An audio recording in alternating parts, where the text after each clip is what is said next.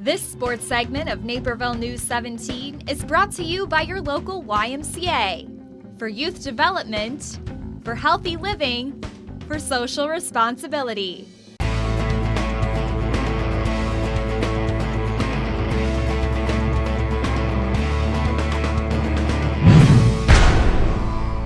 Fasten your seatbelts, ladies and gentlemen. We've got a huge week in sports, and if you live in Naperville and at least looked out your window this weekend, you probably noticed some commotion. That was all for the Edward Hospital Naperville Marathon. Here's the hectic start line. Mayor Pradle and Edward Hospital CEO Pam Davis get the race going. It took 20 minutes just to get everyone moving. North Central graduate Jonathan Muscotti finishes all alone at a sub 6-minute pace. Amanda Marachna finishes as the first female, also at a pro pace. Here's the top 10, all times good enough for Boston. Olympic hopeful Marissa Melee comes in second. Now that wasn't the only major race over the weekend. On Saturday, the girls team from Naperville North was one of the favorites to take home the title thanks to co-lead runners Ellie DeTuris and Maria McDaniel. Here's DeTuris on their relationship. Maria's always been up there with me and just inspired me, and hopefully I inspired her. She's really helped me in all the races that I've been in.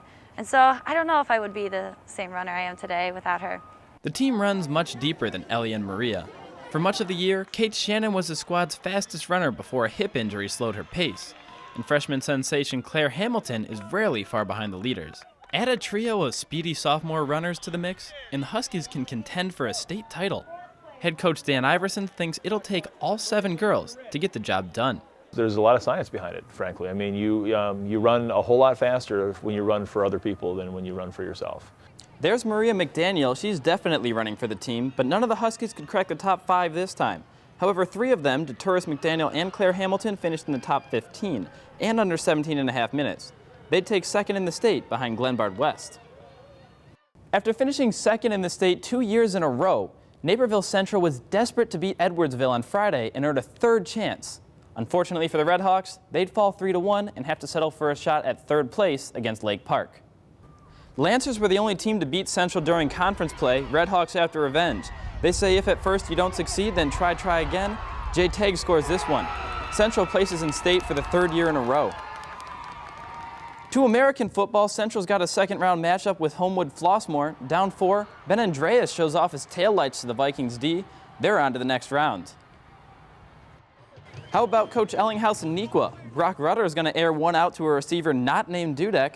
Jordan Macklin makes the biggest catch of his senior year. They'd score and beat Simeon. Central will host them next week in the 3rd round.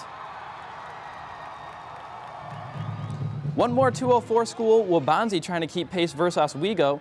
Jack Eddy looks for Hugh Griffin, wrong jersey. Sean Graff takes it to the house for a pick 6. Waubonsie ousted. To college, Wheaton holds the little brass bell for the first time in 5 years. North Central wants it back. Enter Peter Sorensen. He's got 5 TDs in the last 2 games, including this one. North Central rolls. That'll do it for a busy week in sports. Back to you, Jen.